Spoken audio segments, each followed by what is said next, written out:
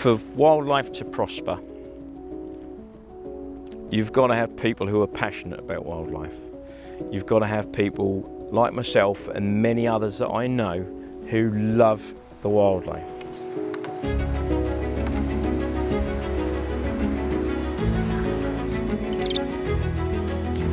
This is year's youngster.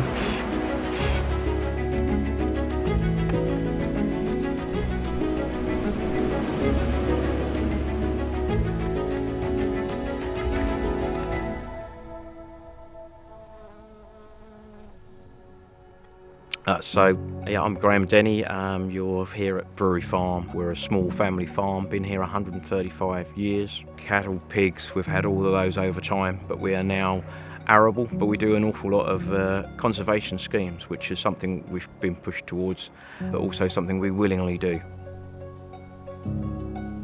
Farming goes hand in glove with nature. We see nature every day and we see wildlife every day.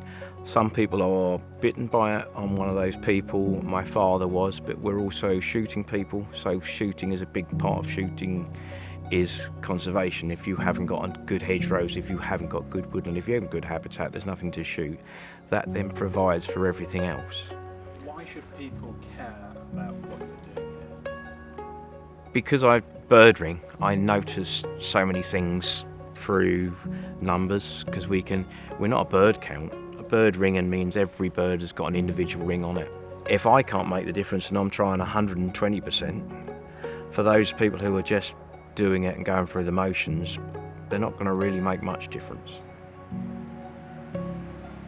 For anybody who doesn't know about bird ringing and mist nets and how we catch little birds, this is a mist net. It's a very fine net. It's like a hair net, but very strong. So it will catch a small bird, but if a big pheasant or a pigeon decided to fly through it, it might break it. There's a pocket in there now. This is loose between the shelves. So if I just, here's a bag. If this was a bird, it just hits the net, gently falls down and hangs, just like that, quite safely, and then we will go in and take the bird out.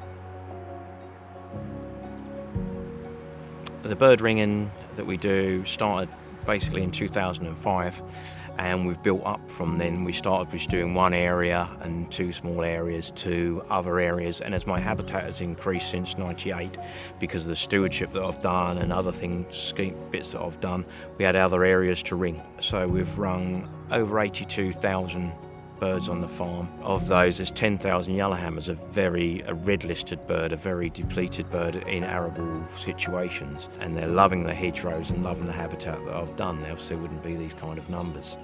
We've also got a lot of linnets that come back, several thousand linnets we've ringed, greenfinches, another thing that is a very depleted bird because of a disease called trichomoniasis. In this farm, they love fruit, they love everything, and watching those numbers still going up, and we've seen a few this morning, it's been fantastic.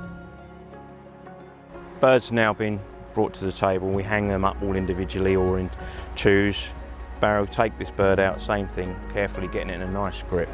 So he's writing down the unique number, which is on every ring that you see has got a unique number on it, and they change every year, and these strings of rings, this will be a B ring. These strings of rings have all individual numbers and are all coded, and every bird is identified by those from that very individual ring. Barry's blowing on it to just see if there's any juvenile feathers. Still juvenile. So the streaking and bits and pieces in there are, and you'll get, as they molt through, they're still kind of, they call them blood feathers, they've still got a little bit of blood in them because they're still growing, those feathers. So Barry's now checked it's got a good weight, which is always good if they're nice and healthy, so he's going to weigh that in the pot, and the pot is a nice easy way to weigh them, and a very accurate scale, which is better than the balance scales that keep bouncing around. And then he'll release it. Away you go. Very quick thing. We've got a lot of local birds in here, but you like a chaffinches and everybody would see them around their bird table, would say they was local birds. But we had one chaffinch that I think went 1,570 miles to Belarus We had some redpoles. Redpoles is not something you see very often unless you know what a redpole is. It looks a bit like a linnet. We had a little family feeding down here, and we managed to catch them in the winter time because they overwinter down here. Within 2 months, they were in Highlands. I've got a swift we caught this year, which was 12 years old, coming back to the same box that we ringed it in the first place. It doesn't change that. It likes the same nest site. They are now watching elephants. They're going down, they've gone past the Sahara, they're going down Africa. They end up down the Cape, and then they fly up the other side on the Indian Ocean, and then they come back here every year to breed. Lovely day for swifts. Mind blowing. One of the main things that bird ringing can tell us, it can only be done by a ring, because it's the only way you can tell an individual bird that's come back. You can guesstimate. You know, most people have seen a robin and think they've got the same robin for the last 10 years, but it's probably been 6 or 7. With the swifts going away and coming back, and with my nest boxes are all numbered, I know exactly where that bird's been. I've got the records to say that that bird's come back to the exact same box. That is site specific, and this adheres to all birds. So like a yellowhammers, if they're caught in the same area, I will know that's been in the same area overwintering for years, and so I know that that habitat is great. The way I'm feeding works really well. So like I said, we had a yellowhammer 9 years old that he'd been backwards and forwards, and we'd caught him on several different years, not every year but several different years, coming back and feeding in this area.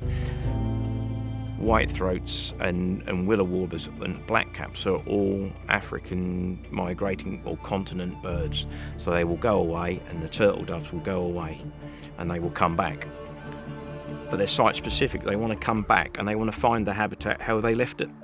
They want to nest in the same area they nested. They want to know that when they come back, they used to feed at that pond, they knew they had a good feed source there. And what we're seeing with a lot of the stewardships being shortened agreements into 5 years and not 10, is that somebody's got 2 years to coppice the hedges, and they'll go in with a shear grab on a digger and they'll cut all the hedges down. Now that whitethroat will turn up and find a load of stumps and go, where am I breeding this year? So this hedge was planted in '96 before stewardship. This was done on a council grant because it could be seen from the road, which it no longer can't be seen because I've got too many trees. Mid to early 90s, sparrowhawks got back. They got DDT had wiped them out. The DDT, the chemical of what we sprayed on all the corns and everything, had weakened their egg structure, so we lost a lot of the predator birds. They started to come back as soon as it was banned, and then they really took off because nothing predated the sparrowhawk for a start, because there was nothing to predate them. So there was loads of sparrowhawks, and at that point we saw that the yellowhammers were being very heavily predated where we was feeding them, and there wasn't many places where they were being fed at that point. So we thought, oh right, we'll see what we could, and we asked the council for a grant to plant trees and hedges, and they said, yeah, that's good, we'll do that for you. You can put 4 in a staggered metre. And we said, we're going to do more than that. We want to make it a thick hedge. So we're in places, it's 9 in a staggered metre. So we made a very thick hedge very quickly in the 90s. That's why we've got yellowhammers. That saved the yellowhammers in this area. And then we went, well, that works well. We'll put another one in. We'll put another one in. We'll put another one in. And we can feed beside that. That gives the safety to the birds all year. That hedge will be coppiced at times. It will be managed at times. And we just try and give a balance. Leave some tall stuff, coppice some, flatten some. Just different habitats within that hedge line. It's not just a hedge. It's a hedge for turtle doves. It's a low hedge for whitethroats. It's scrub coming out for whitethroats, for blackcaps, for willow warblers, for chaffinches. Done it. Everything. It all works. But somebody would say in DEFRA, coppice that to the ground in 1 year. Well, you can't do that because your birds have got nowhere to return to. They need some of that habitat. So we do stages. We'll do 50 metres, miss 150 metres, do another 50 metres, and that should be built into every scheme. It should have always been in there, and has been neglected because there's people in there who go, it's easy to do the capital works in 2 years, and then the 3 years after that just do standard stuff. It doesn't work for habitat. Habitat is an ongoing management thing, and if we don't look at that as an ongoing thing, we're destroying wildlife, not encouraging it. My farm is basically 12 fields of the 200 acres. I said, we're going to make this how it should be.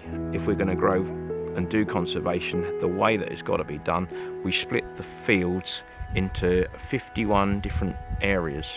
So within every field there was at least 3 or 4 stewardship options, and we put them in strips, we took them in headlands, we put them in field. And basically, I'd done it at the time. Janet Hughes was head of DEFRA, and RPA Sandy Cabela. I put it in to show those people why the problems are with scheme, to challenge DEFRA, to challenge RPA on the measurements and the sizes and what actually delivers, which I think I've done, and proven a point that not one cover crop is worth more than another one, because the wildlife lives on every bit. You say a wild bird cover is worth £850 a hectare, but you're paying peanuts for a hedge. Well, without the hedge to protect the little birds when the sparrowhawk's trying to kill them, you've got no birds left. So if somebody just goes and gets paid £850 to grow a wild bird cover, there's no point if they haven't been 20 years in the making of a hedge, because you're just dragging birds to be killed off. When my dad was dying and he got cancer, blah blah blah. Anyway, I was able to ask him, Dad, I said, we're going to put the whole farm into the stewardship as much as we can with a little bit of wheat and this, that and the other. And he said, you've got to do what pays the money, boy. And at that point, you know what you're doing. And these are the sort of things you have to learn. You have to learn that you have to follow your own judgment, and you can't do something for nothing. It's got to be done for something. And as much as I'd like to keep doing all this and hope it will pay me, if it's not going to pay me, and doing this habitat, if it doesn't work, if I decide I've got to cut this all down tomorrow because it's going to make me some money and I haven't got any, I've got to do that because I've got to pay the bills. If I don't pay the bills, I'm not going to be left on this farm. All these hedges weren't here. They were all planted by me in my lifetime and my dad. None of these trees were here, all planted in my lifetime and my dad's. That's a millennium wood, 2000, that was planted. So it's just, since we've been in stewardship, which was an incentive, it's never nothing to make money out of stewardship. Stewardship, people think, oh, we're giving farmers money, but we're doing something with the money. So we're planting a hedge, we're putting a cover crop in for birds. All the habitat that we create goes from one thing to another. If you've got the butterflies, if you've got the insects, if you've got the flies, if you've got the moths, you've got the bats, you've got the birds, you've got the birds of prey. It all ties together, and without great habitat, you've got nothing.